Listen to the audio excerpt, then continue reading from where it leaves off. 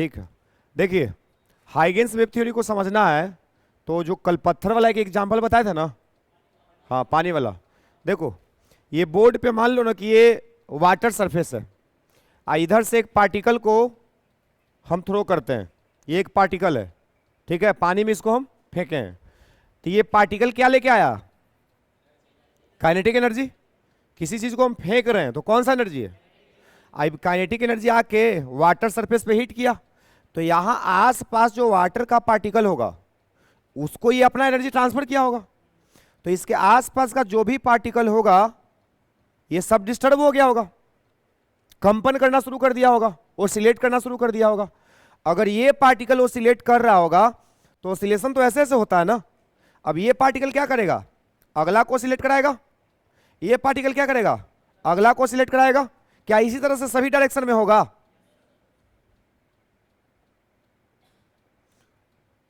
तो देखो जो डिस्टरबेंस है वो आगे बढ़ रहा है कि नहीं? क्या मीडियम का पार्टिकल ट्रांसपोर्ट हो रहा है? नहीं, ओनली एनर्जी। ये पार्टिकल अपने जगह पे, जैसे ये मीन पोजीशन होता था, पेंडुलम पढ़े थे हम क्लास 11th में, ये पेंडुलम है, इसको क्या बोलते हैं? Mean position. इसको क्या बोलते हैं? Extreme position. इसको भी क्या बोलते हैं?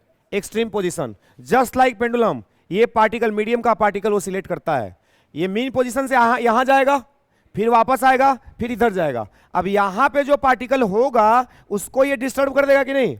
अब ये भी ओसिलेट करना शुरू करेगा, इसी तरह से आगे बढ़ते जाएगा। अगर ये सब पार्टिकल का अगर क्रॉस सेक्शनल एरिया निकालें तो कैसा बनेगा? स्फेरिकल। कैसा बनेगा? इसी तरह से स्फेयर और आगे बढ़ेगा, फिर और आगे बढ़ेगा। क्या वाटर में ऐसा बनता है कि नहीं? बनता है ना, इसको बोलते हैं वाटर वेव। क्या बोलते हैं इसको? हाइगन्स का वेव थ्योरी क्या कहता है? एवरी लाइट्स, अब तुम क्या समझो, इसको तुम पत्थर मत मानो, अब इसको तुम बल्ब मान लो। हाँ बल्ब, जो बल्ब होता है ना, जो ग्लो करता है, इसको बल्ब मान लीजिए। अब बताओ, अगर ये पॉइंट सोर्स है, क्या ये बल्ब है, पॉइंट सोर्स ऑफ लाइट, इसको क्या मान रहे हैं?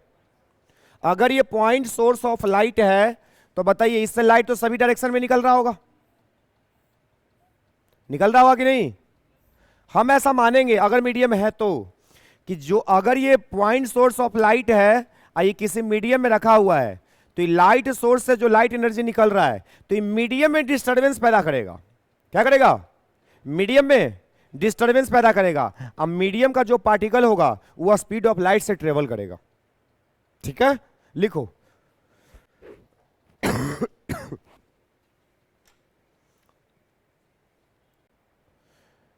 हाइगेंस वेव थ्योरी में डैश देके लिखिए, every light source, every light source produces, every light source produces some disturbances, every light source produces some disturbances in surrounding medium, in surrounding medium. Every light source produces some disturbances in surrounding medium which propagate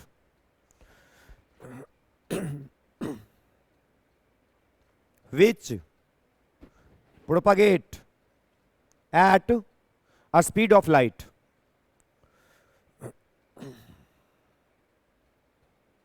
Which propagates at a speed of light. क्या समझ में आया?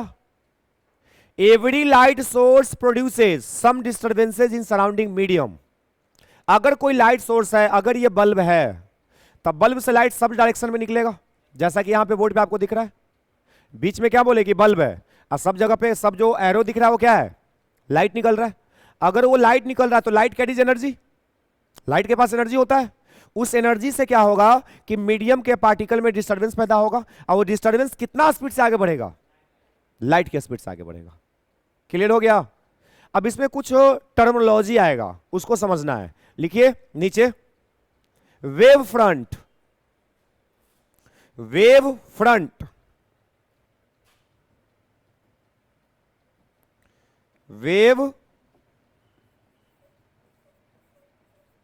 Front directly define करने के लिए आ सकता है exam में। वेव फ्रंट किसको कहते हैं?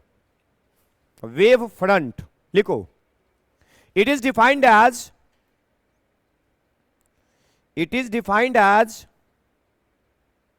The cross sectional plane. It is defined as the cross sectional plane of a light beam. It is defined as the cross sectional plane of a light beam in which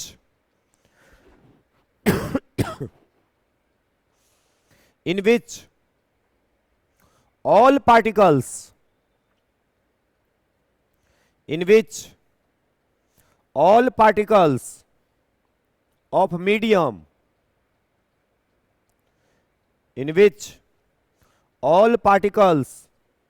of medium oscillate oscillates in same phase,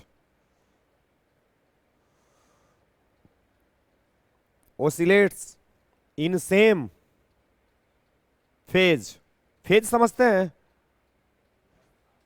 same phase मतलब, हाँ, same phase का मतलब एक position.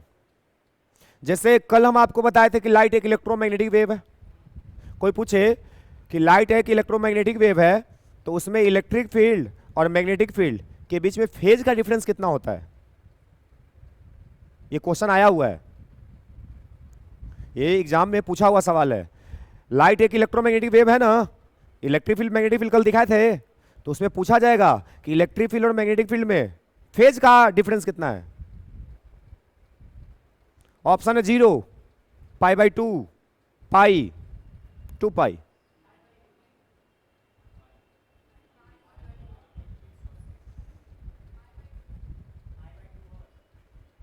Zero. देखो इधर,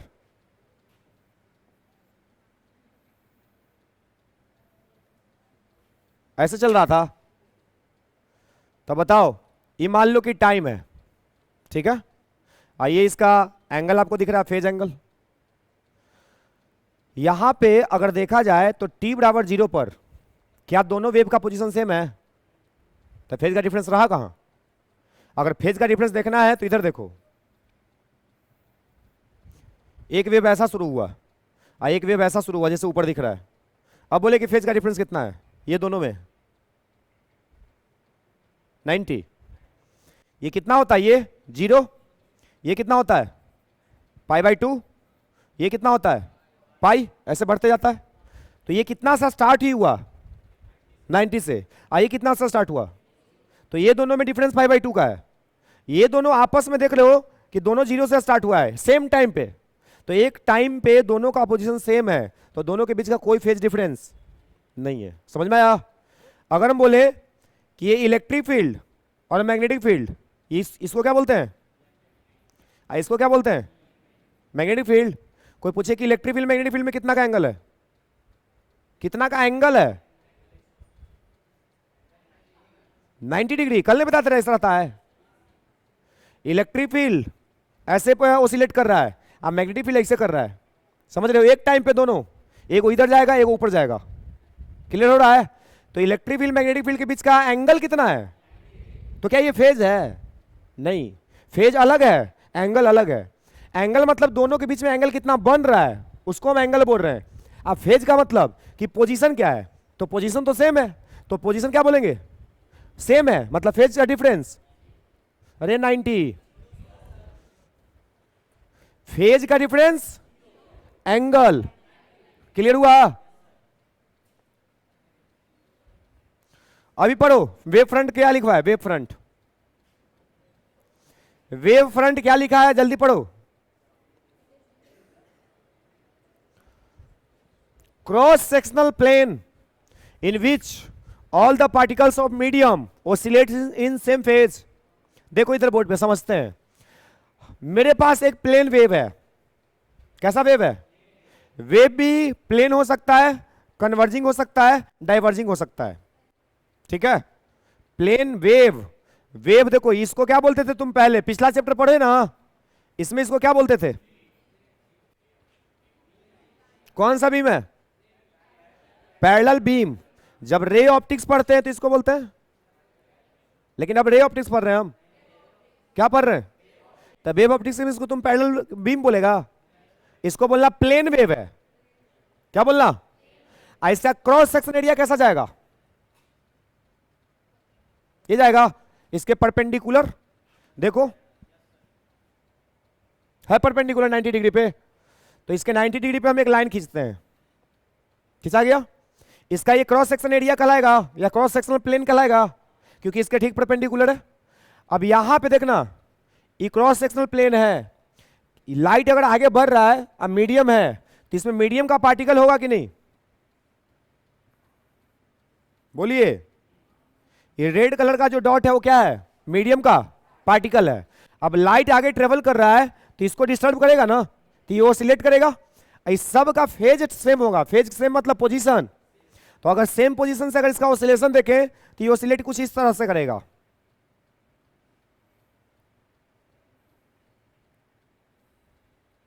इस semi sphere है, अगर एक पॉइंट सोर्स है तब इसका वेव फ्रंट स्फेरिकल बनेगा, क्योंकि इसका जो देखो इधर अगर ये पॉइंट सोर्स है तो इसका लाइट तो सब जगह निकल रहा है, सब जगह निकल रहा है, तो क्रॉस सेक्शन ऐसा बनेगा। और आगे जाएंगे, यहां पे सब जगह पे पार्टिकल है,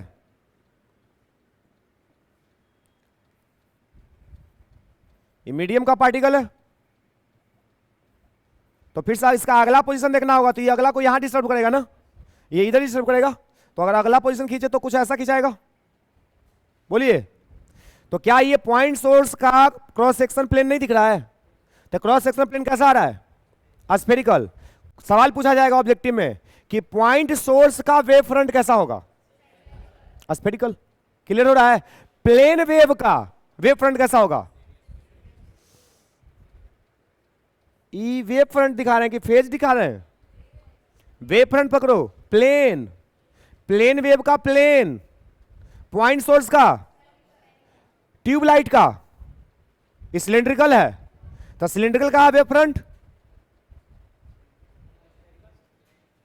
ये है सिलिंड्रिकल।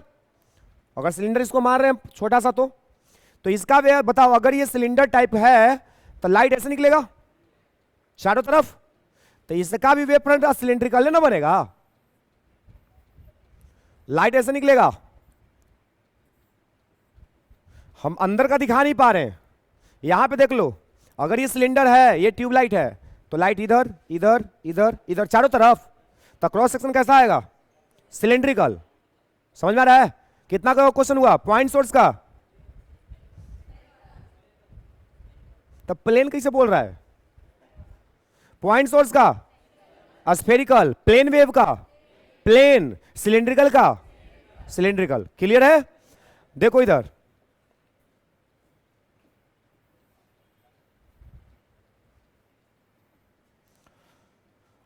अब वेव फ्रंट का हमको नेक्स्ट पोजीशन चाहिए, नेक्स्ट कि अगला वेव फ्रंट कैसे होगा, ये आगे वेव जो ट्रेवल कर रहा है वो ट्रेवल कैसे कर रहा है। तो ये ऑसिलेट कर रहा है, ऐसा दिख रहा है, इस सब का कॉमन टेंजेंट ले लीजिए आप, इस सब का क्या ले लिया हम? Common tangent. टेंजेंट समझते हैं आप? टच करके जो पास करे, तो इस सब का कॉमन टेंजेंट दिख रहा है, इस सब का कॉमन टेंजेंट वेव फ्रंट का नेक्स्ट पोजीशन को दिखाएगा। क्या करेगा? वेव फ्रंट का नेक्स्ट पोजीशन। अब यहां पे भी पार्टिकल होगा, अगला पोजीशन पे भी पार्टिकल होगा, ये भी ऑसिलेट करेगा ठीक उसी प्रकार से। ठीक है, अभी सबका कॉमन टेंजेंट खींच लीजिए, तब वेव फ्रंट का अगला पोजीशन, ये ऐसे ऐसे आगे बढ़ते चलेगा, कितना स्पीड से? लाइट के स्पीड से। क्लियर हुआ क्या? तो प्लेन वेव है, अब प्लेन वेव का वेव फ्रंट कैसा आ रहा है? Plane wave front. बना तो इसको,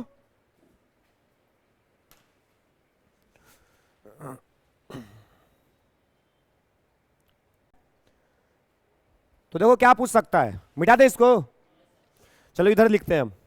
बोला कि एक पॉइंट सोर्स है, कॉन्वेक्स लेंस के फोकस पे रखा हुआ है, बताइए वेव फ्रंट कैसा होगा, ओरली बताओ। पॉइंट सोर्स है, कॉन्वेक्स लेंस के फोकस पे रखा हुआ है, ठीक है, जो लाइट इमर्ज करेगा उसका वेव फ्रंट कैसा होगा? नहीं समझ आया? देखो इधर, ये कौन सा लेंस है? इसका फोकस दोनों साइड होता है ना, इसके एक फोकस पे ये पॉइंट सोर्स रखा हुआ है, तो लाइट ऐसे निकल रहा होगा,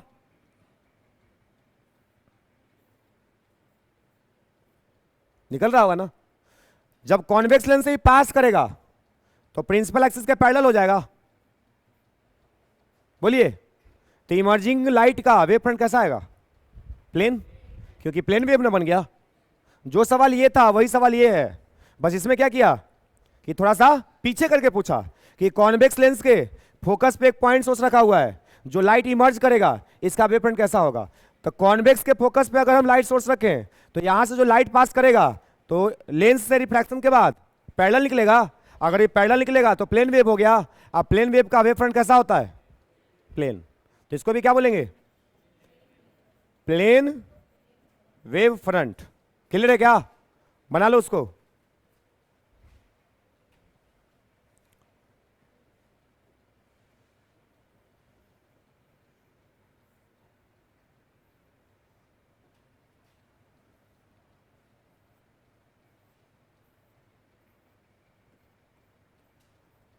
ये क्या है? डाइवर्जिंग। पूछे के बाद आप वेव फ्रंट कैसा होगा? सब क्या स्फेरिकल होता है? स्फेरिकल बस उसी का होगा जिसका लाइट सब डायरेक्शन में निकले। इस सब डायरेक्शन में निकल रहा है कि केवल इधर जा रहा है? पीछे है तो स्फेयर कहां से बनेगा? स्फेयर का मतलब अभी अभी क्या सीखा है कि लाइट चारों डायरेक्शन में जाना चाहिए, तब ना स्फेयर बनेगा। सोच के देखो।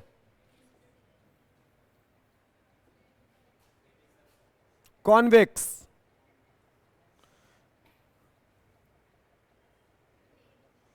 कॉन्वेक्स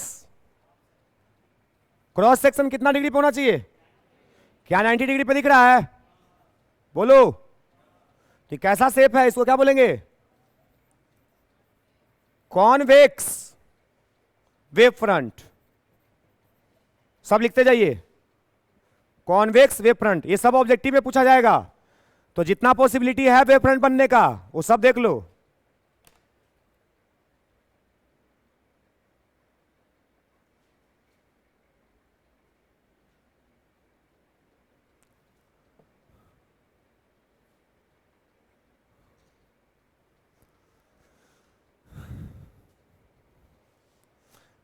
इधर वाला हो गया होगा।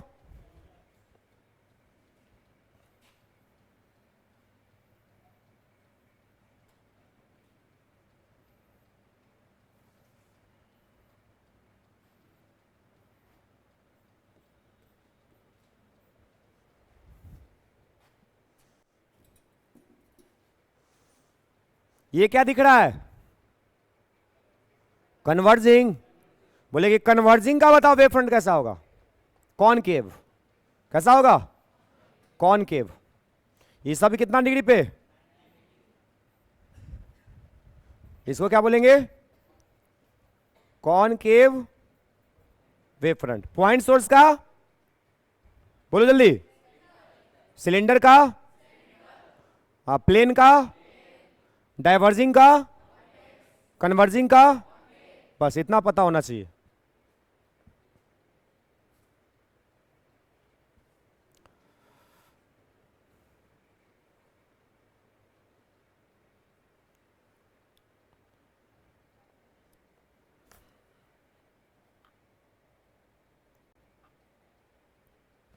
आगे हेडिंग बनाइए तो।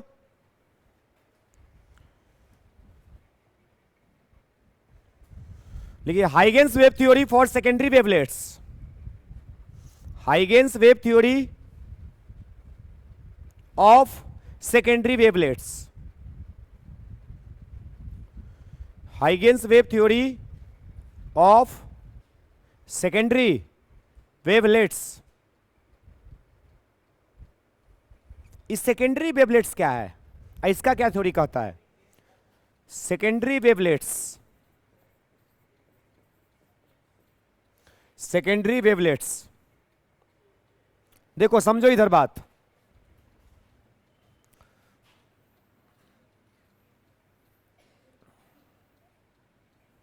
इधर ध्यान दो तो, ये पॉइंट सोर्स है, लाइट सभी डायरेक्शन में निकल रहा है, निकल रहा है ना? बताओ एक्चुअल सोर्स ऑफ डिस्टरबेंस तो ये था ना? एक्चुअल सोर्स ऑफ डिस्टरबेंस कौन था? Point source. अब मास नहीं बोलना, अब लाइट समझना है, ये बल्ब मानना है, क्या बोलना है? तो ये पॉइंट ऑफ सोर्स था या पॉइंट ऑफ डिस्टरबेंस था? है? यहीं से डिस्टर्ब होना शुरू हुआ। अब पहला जो मीडियम का पार्टिकल हम दिखा रहे हैं, यहां दिखा रहे हैं, ये मीडियम का पार्टिकल डिस्टर्ब हो गया। अब आप सोचो, अब इसका कोई काम नहीं रहा, ये डिस्टर्ब कर दिया। अब ये वाला पार्टिकल जो डिस्टर्ब हो चुका है, ये एक न्यू सोर्स ऑफ डिस्टरबेंस जैसा बिहेव करेगा, न्यू सोर्स ऑफ डिस्टरबेंस। ये किसके जैसा बिहेव करेगा? जैसे एक बार हम पानी में पत्थर मारे, तब पानी का एक पार्टिकल जो डिस्टर्ब हुआ ओसिलेट करना शुरू हो गया, अब वो नया सोर्स ऑफ डिस्टरबेंस बन गया। ये नया सोर्स ऑफ, ये क्या करेगा? अगला को डिस्टर्ब करेगा, फिर ये क्या करेगा? अगला को डिस्टर्ब करेगा। तो एक बार जो सोर्स से मीडियम का पार्टिकल डिस्टर्ब हो जाता है, वो किसके जैसा बिहेव करता है? New source of. इसी को हम बोलते हैं सेकेंडरी वेवलेट्स। इसी को क्या बोलते हैं? Secondary wavelets. क्लियर है क्या? सेकेंडरी वेवलेट्स का मतलब क्या हुआ? बनाओ तो डायग्राम, चाहे पहले लिखो सेकेंडरी वेवलेट्स क्या होता है, लिखिए पहले, लिखिएगा every point of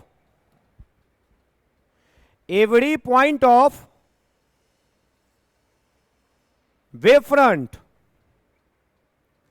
every point of wave front in a light beam, in a light beam, every point of wave front in a light beam act as a source of new disturbance, act as a source of new disturbance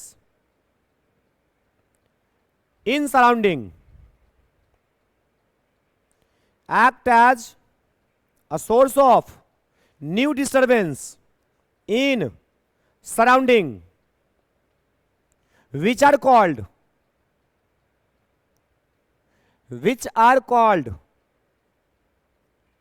secondary wavelets, which are called secondary wavelets, full stop. These secondary wavelets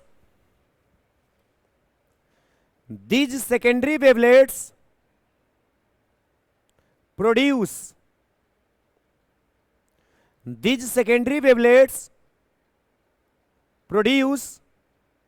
their own OWN. These secondary wavelets produce their own spherical wave fronts. Their own spherical wave fronts. And the common tangential plane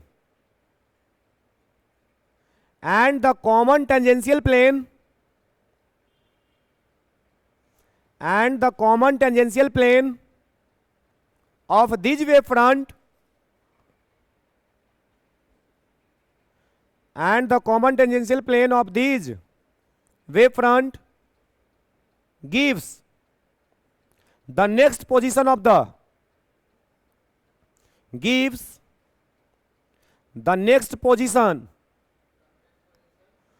the common tangential plane of these wave front gives the next position of previous, next position of previous wave front, next position of previous wave front, जो इसके पहले वाला figure बनाए थे। एक जैसे plane wave लिए थे ना, पहला वेव फ्रंट खींचे, उसमें जितना भी सेकेंडरी वेवलेट होगा उस सब का अपना एक फेज होगा, अपना एक वेव फ्रंट होगा, उस सब का एक कॉमन टेंजेंट खींच दो। अगला पोजीशन बता रहा है कि नहीं, पढ़ो एक बार। थ्योरी ऑफ सेकेंडरी वेवलेट क्या है, डायरेक्ट सवाल आएगा, हाइगेंस का सेकेंडरी वेवलेट का थ्योरी क्या होता है, लिखो। तो जो लिखवाए वही लिखना है आपको। पढ़ के देखिए, क्या सब कुछ क्लियर है? नहीं है तो बताइए।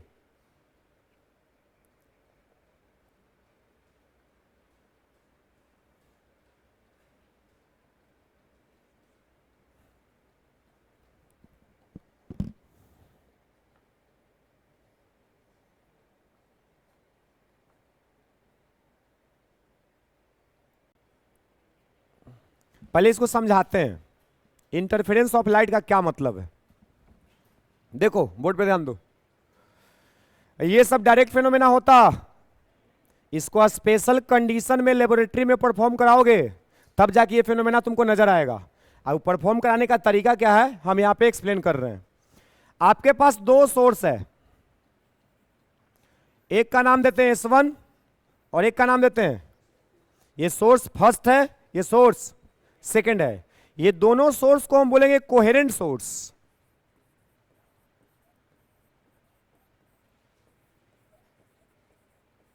कौन सा सोर्स बोलेंगे? क्या मतलब है इसका? कोहेरेंट सोर्स किसको कहते हैं? तो coherent source, coherent wave. Source अगर कोहेरेंट है तो इससे जो लाइट वेव निकलेगा उसको बोलेंगे कोहेरेंट वेव है, ठीक है। अगर सोर्स हमारा कोहेरेंट है तो इससे जो वेव निकलेगा वो कैसा वेव होगा? तो कोहेरेंट वेव, कोहेरेंट लाइट या कोहेरेंट वेव या कोहेरेंट लाइट वेव या कोहेरेंट सोर्स किसको कहेंगे? तो वैसा सोर्स जो लाइट प्रोड्यूस कर रहा है उसका वेवलेंथ सेम होना चाहिए। वेवलेंथ क्या होना चाहिए? सेम होना चाहिए।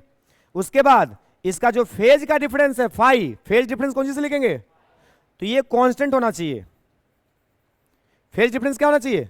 कांस्टेंट होना चाहिए। और उसका एंगुलर फ्रीक्वेंसी भी कांस्टेंट होना चाहिए, उसका एंगुलर फ्रीक्वेंसी भी कांस्टेंट होना चाहिए। तब उसको हम क्या बोलेंगे कि वे सोर्स और वेव कैसा है?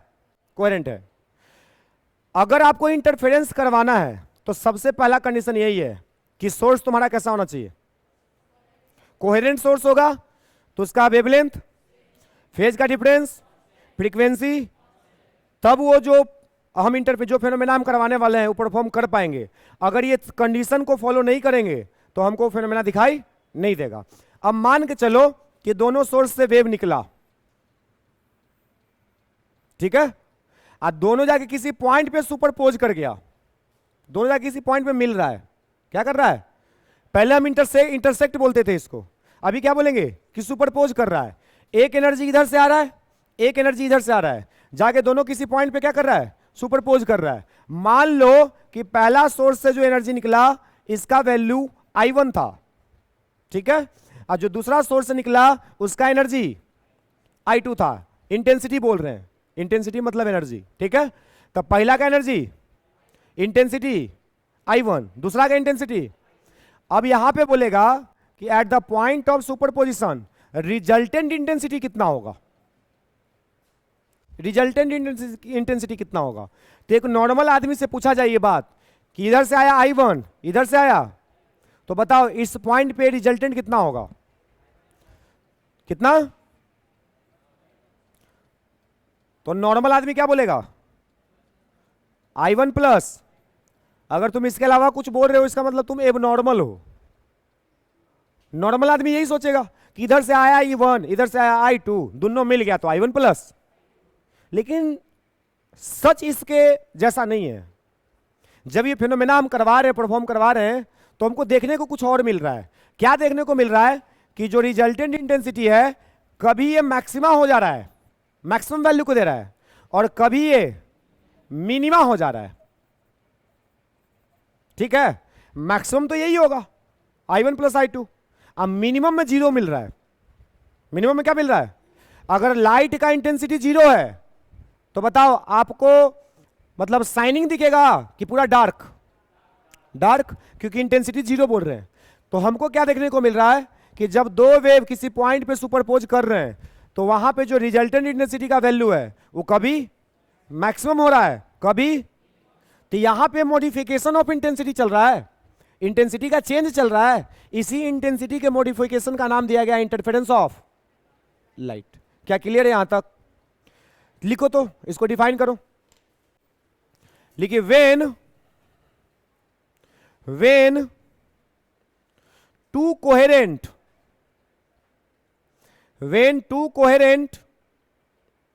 light waves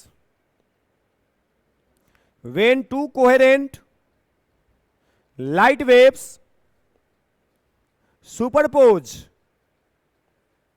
when two coherent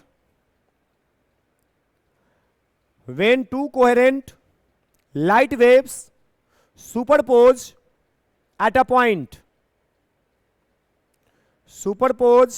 at a point, comma, the resultant intensity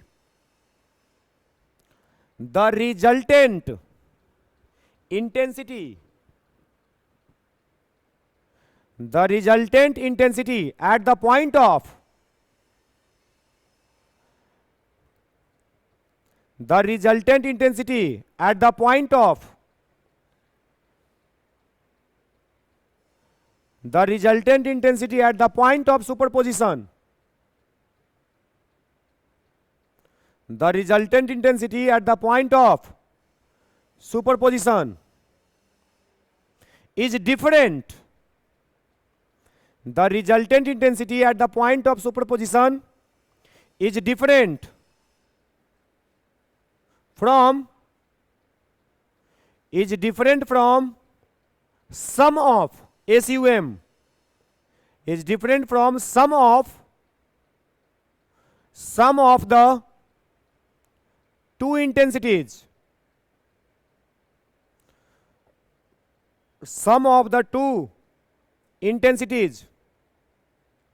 of individual waves, sum of two intensities of individual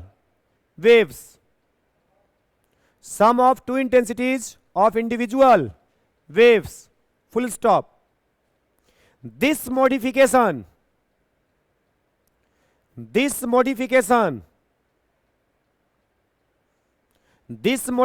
in light intensity,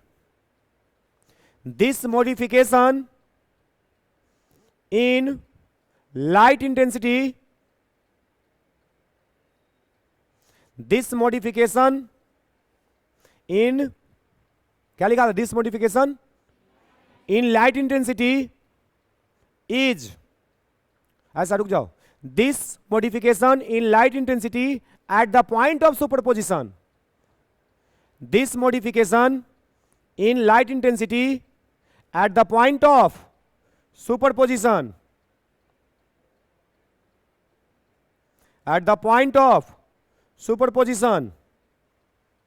of coherent waves,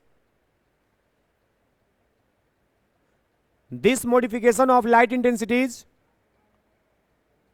at the point of superposition of coherent waves is called as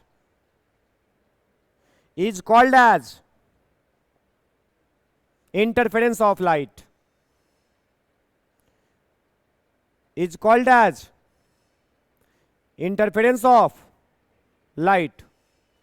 पढ़ो पहले एक बार।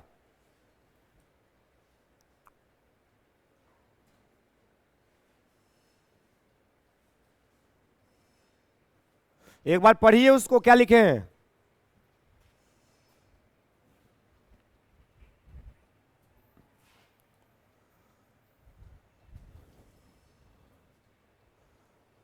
पढ़ लिए? देखो इधर, देखो इधर, याद कैसे करना है। when two coherent waves, कितना वेव है? तो when two coherent waves superpose at a,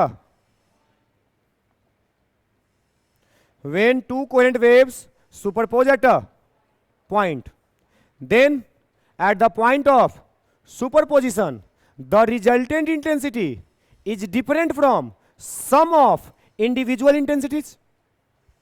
क्या सही बात है? जब दो कोहेरेंट वेव किसी पॉइंट पे सुपरपोज किया तो जो रिजल्टेंट इंटेंसिटी है वो इंडिविजुअल के सम से डिफरेंट मिला. तो क्या मॉडिफिकेशन में चेंज आया है? नहीं कह रहा है. अगर नहीं आता तो सेम नहीं रह जाता. क्लास में बैठा हो विद्यार्थी जैसा बिहेव करो. समझ रहा है? चम्मच से बैठ के यहां पे मत खाओ. देखो, जब दो कोहेरेंट वेव्स, पहले इसे समझो, जब दो कोहेरेंट वेव किसी पॉइंट पे सुपरपोज करता है तो यहां का रिजल्टेंट इंटेंसिटी जो होता है वो इंडिविजुअल के सम से डिफरेंट मिलता है. समझ में आया? जब दो कोहेरेंट वेव एक दूसरे को किसी पॉइंट पे सुपरपोज करता है तो वहां पर का रिजल्टेंट इंटेंसिटी इंडिविजुअल के सम से डिफरेंट मिलता है. इसी इंटेंसिटी के मॉडिफिकेशन का नाम क्या दिया गया है? अब क्या बोलेंगे? सुनो. When two coherent waves superpose at a point, at the point of superposition, resultant intensity is different from sum of individual intensity. This modification of intensity is called as interference. क्या मुश्किल है? इसको 2 बार पढ़ोगे याद हो जाएगा. आई बहुत इंपॉर्टेंट है, डायरेक्ट 2 मार्क्स में आएगा. इंटरफेरेंस को डिफाइन करो. इंटरफेरेंस कहते किसको है? तो डिफाइन कर लेंगे. अरे यस और नो? आगे सुनो.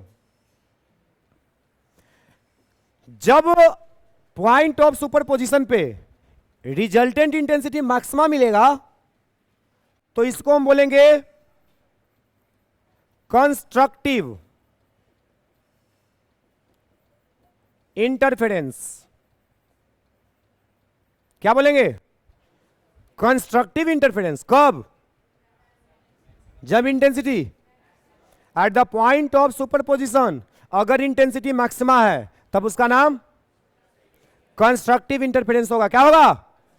और जब eight the point of superposition resultant intensity minimum होगा तब उसको क्या बोलेंगे? Destructive interference. क्या बोला जाएगा? Destructive interference. देखो, अगर ढंग से समझोगे ना तो इंटरफेरेंस पढ़ के तुमको मजा आ जाएगा. समझ रहे हो? अगर चीजों को जो हम समझाना चाह रहे हैं, अगर हमारा बात तुम पूरा पूरा कैच करोगे तो तुमको मजा आ जाएगा कि हाँ ये कोई फिनोमेना था जो हमको फील आ रहा है. प्रैक्टिकली हम दिखा नहीं पाएंगे, बस पढ़ा के तुमको फील करा सकते हैं. ठीक है? क्या समझ में आया? जब दो कोहेरेंट वेव किसी पॉइंट पे सुपरपोज करता है तो at the point of superposition resultant intensity is different from sum of individual intensity. This modification of intensity is called interference of. If intensity is maximum, then interference is called as constructive. If intensity is minimum, तो destructive. मतलब interference कितना type का होता है? एक constructive और. Clear है? छापो जल्दी.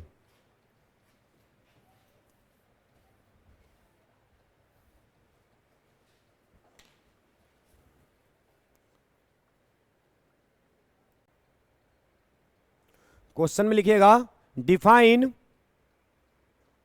Coherent source.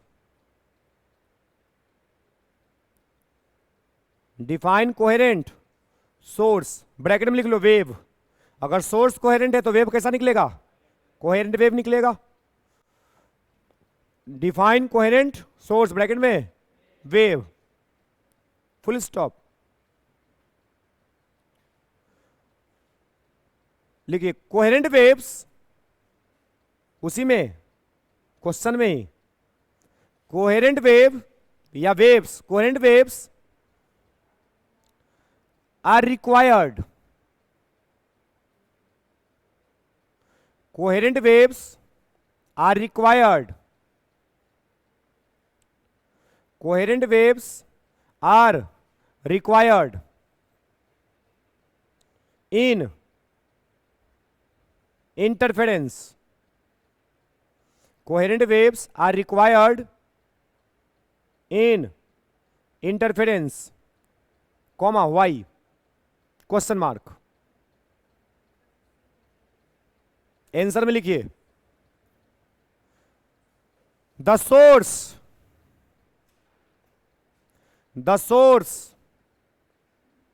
which emits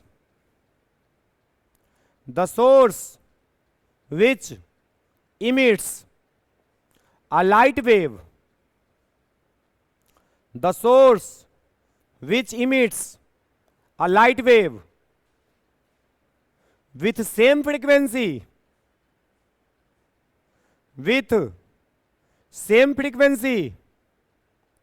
comma, wavelength, with same frequency, comma, wavelength and phase,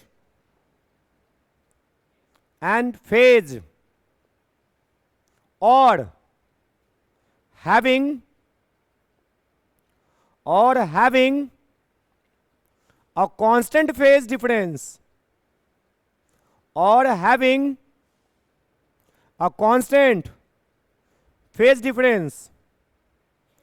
is known as, and having a constant phase difference is known as a coherent source,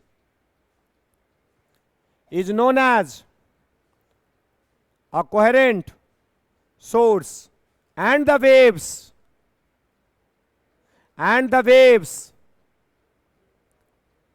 produces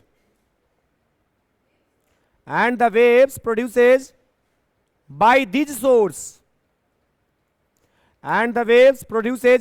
source, are called as coherent waves,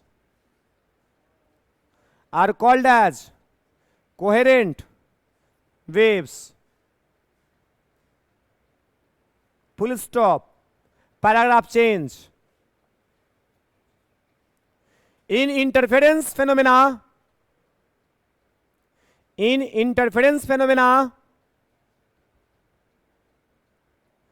coherent waves,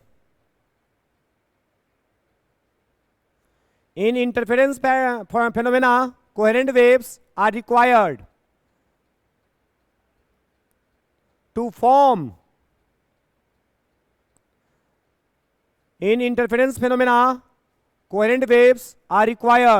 to form, sustained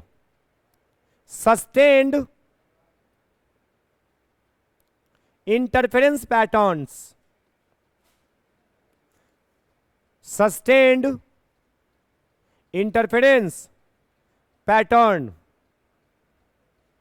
when the waves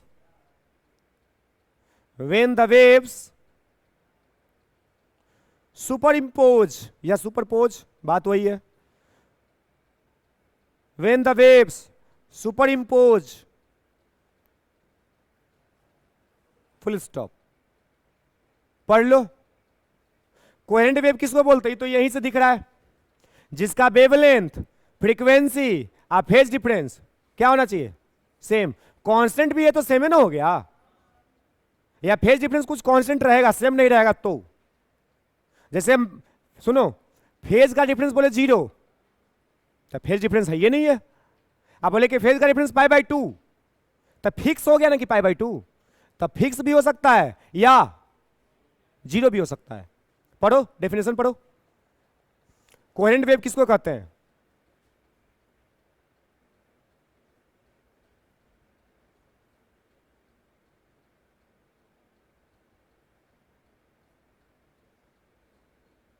Those waves which having same wavelength, same frequency and constant phase difference या same phase difference। Clear हो गया? दिमाग में बैठाओ, दिमाग में रहेगा, तुम लिख दोगे। वैसा वेव जिसका वेवलेंथ सेम होगा, फ्रीक्वेंसी सेम होगा और फेज का डिफरेंस सेम होगा, या तो उसको क्या बोल देगा? Coherent wave. और जिस सोर्स से वो प्रोड्यूस हो रहा है उसको क्या बोलेगा? Coherent source. क्यों रिक्वायर्ड है इंटरफेरेंस में? Sustained form. सस्टेन्ड क्या बोला? Interference pattern. जो इंटरफेरेंस का पैटर्न बनता है वो सस्टेन कर सके, इसके लिए ये जरूरी है। अगर नहीं तुम लोगे तो सस्टेन नहीं करेगा, नहीं आपको दिखाई देगा। तो ये अंदर का छिपा हुआ चीज आदमी खोजा है। इन नॉर्मली डेली लाइफ में इंटरफेरेंस देखे हो कोई? कभी सुना कि देखो ना इंटरफेरेंस हो रहा है? कभी नहीं सुना और ना सुनोगे। ये कहां पे होता है? एक जगह इसका लेबोरेटरी में करवाया जाएगा, इसका जो कंडीशन है, कंडीशन को अप्लाई करेंगे तब सब कुछ दिखेगा, ऐसे दिखाई नहीं देगा। कल का क्लास बहुत इंपॉर्टेंट है। कल जो होगा इंटरफेरेंस का एनालिसिस होगा। अगर कल का क्लास मिस हो गया तब तुम 6 महीना बाद फिर से इंटरफेरेंस पढ़ोगे लास्ट में, समझ रहे हो? तो कल का क्लास किसी भी कीमत पे मिस नहीं होना चाहिए। अगर कल मिस कर गया इंटरफेरेंस फिर नहीं समझ में आएगा। कल इसका पूरा मैथमेटिकल एनालिसिस कर देंगे हम कि कैसे इंटरफेरेंस में क्या कंडीशन आता है, इंटरफेरेंस में मैक्सिमा कब बनेगा, मिनिमा कब बनेगा, उसका क्या कंडीशन है। ठीक है, बिल्कुल आएगा। टेस्ट में वेव ऑप्टिक्स भी आएगा, जहां तक पढ़ाएंगे वहां तक आएगा।